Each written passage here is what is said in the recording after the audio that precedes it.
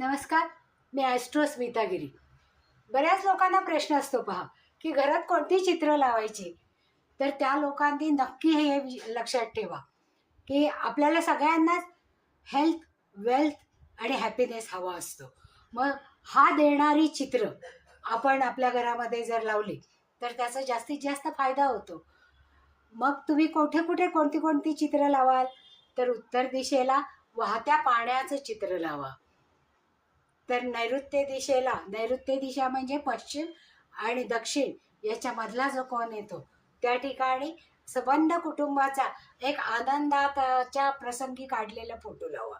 त्याचप्रमाणे पश्चिमेला उंचच उंच बिल्डिंग असलेलं पोस्टर लावा किंवा उंच डोंगर असलेलं पोस्टर लावा की ज्याच्यामुळे हेल्थ, वेल्थ आणि हॅपीनेस घरामध्ये टिकून राहील आणि रिलेशनशिप दृढ होईल.